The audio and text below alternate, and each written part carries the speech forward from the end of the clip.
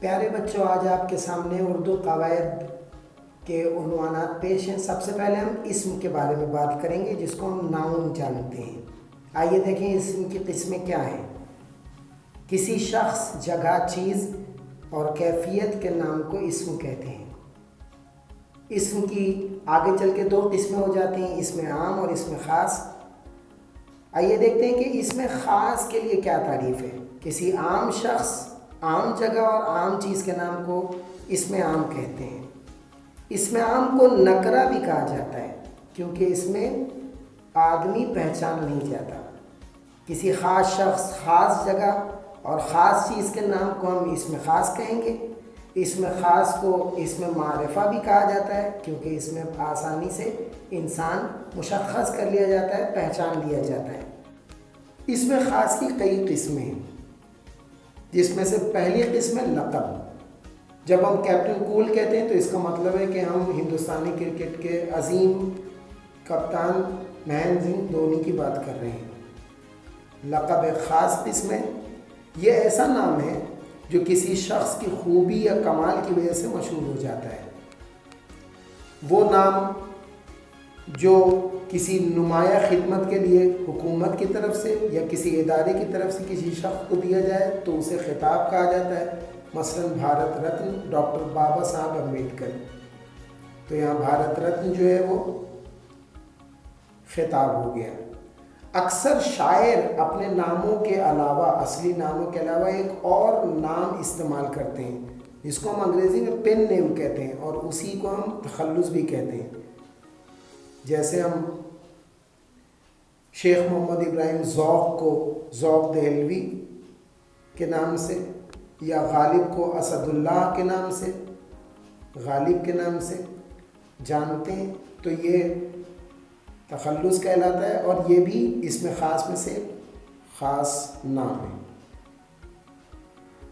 بالکل اسی طرح سے جب کسی شخص کا تعلق اس کے وطن کی وجہ سے، ماں باپ کی وجہ سے یا خاندان کے تعلق سے قائم ہو جائے تو یہ بھی اس میں خاص کی ایک قسم ہے، جس کو ہم کنیت کہتے ہیں۔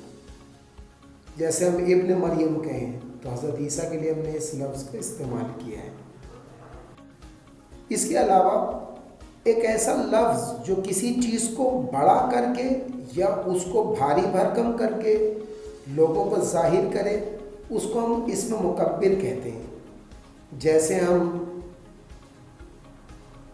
کٹوری سے کٹورا یا کنگھی سے کنگھا اگر کریں تو اس کو ہم اسم مکبر کہتے ہیں۔ مکبر اکبر سے نکلا ہے، یعنی ایسا اسم جو بڑا کر کے بیان کیا جا رہا ہے۔ اگر کسی بڑی چیز کو کوئی لفظ چھوٹا کر کے بیان کرے تو ہم اس کو اسم مصغر کہتے ہیں، اصغر کہتے ہیں چھوٹے کو۔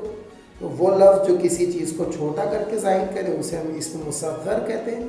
جیسے صندوق سے صندوقچہ بن جائے، یا باغ سے باغیچہ بن جائے، یا کتاب سے کتابچہ بن جائے۔ تو اس طرح سے یہ اسم مصغر بھی اسم عام کی شکل اور قسم ہے۔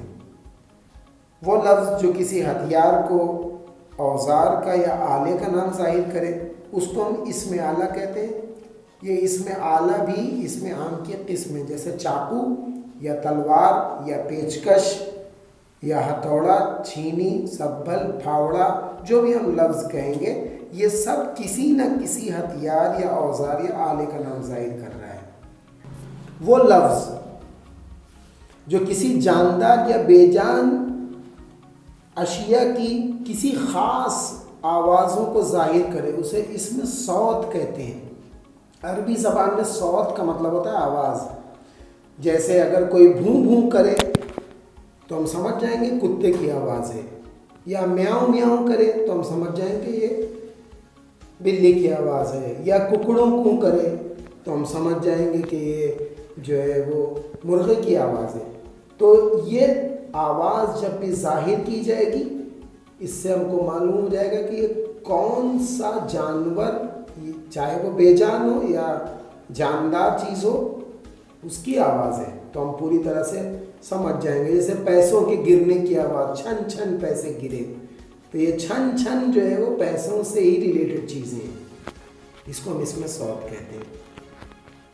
اس کے بعد دو چیزیں ہیں، ایک ہے اسم ظرف، وہ لفظ جو کسی جگہ کو یا وقت کے نام کو ظاہر کرے اسے اسم ظرف کہتے ہیں۔ ظرف برتن کو کہا جاتا ہے عربی میں، جیسے ہم کہیں کہ باغ یا نماز خانہ یا اسکول، مدرسہ، صبح، دوپہر، شام، رات، اس کو کہیں تو اسم ظرف کہلاتا ہے۔ ہاں، وہ لفظ جو کسی مقام کا، وہ الفاظ جن سے کسی مقام کا علم ہو، کوئی مقام ہمیں معلوم ہو، اسے اسم ظرف مکان کہتے ہیں۔ جیسے عیدگاہ، جیسے قتل گاہ، جیسے سجدہ گاہ، کتب خانہ، مدرسہ، باغ، پارک، اس طرح۔ اور وہ الفاظ جن سے وقت کا پتہ چلے، معلوم ہو، اسے ہم اسم ظرف زمان کہتے ہیں۔ زمان وقت کو کہتے ہیں، جیسے میں کل صبح آؤں گا تو صبح، یا ہم دونوں دوپہر میں وہاں چلیں گے تو دوپہر، میں پرسوں تم سے ملنے آیا تھا تو پرسوں، تو کل، پرسوں، دوپہر، شام، یہ وقت کو بتا رہا ہے، اس لیے اس کو اسم ظرف زمان کہتے ہیں۔ امید ہے کہ آپ کو یہ تعریفیں سمجھ میں آئی ہوں گی، اس کو یاد کیجئے، بہت آسان ہے۔ وہ چیزیں جو 2-3 مرتبہ پڑھی جائیں وہ یاد ہو جاتی ہیں اور بہت اچھی طرح سے آپ اس کو امتحان میں پیش کر سکتے ہیں۔ اگلی مرتبہ آپ کے ساتھ ایک نئے سبق کو لے کے حاضر ہوں گے، تب تک کے لیے اجازت دیجیے، اللہ حافظ۔